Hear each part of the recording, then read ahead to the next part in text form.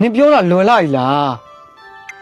ငါနှလုံးသားနဲ့အရင်ဒီတန်ရောစင်နဲ့အခြေပြုတ်ပြီးဝေစုတော်ခွဲမပေးပဲမင်းမငါချစ်ခဲ့တာလေလမ်းခွဲမပေးနိုင်ဘူးမဖြစ်နိုင်ဘူးဆိုတာတေချာသွားပြီလား ဒီဘဝတွေမဟုတ်ဘူးနောက်ဘဝတော့ပါသေးကြတယ်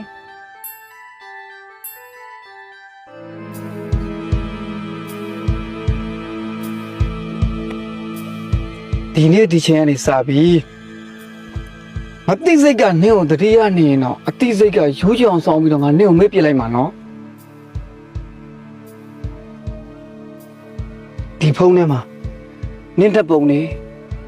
နင်းနဲ့စာပို့ထားတာအများကြီးရှိတယ်ဒလိလုတ်လိုက်ရင်ပြတ်သွားမယ်ဆိုတော့ငါသိပြင်မဲ့ဘဝမှာအရေးမပါတဲ့သူအရာပေးမိလို့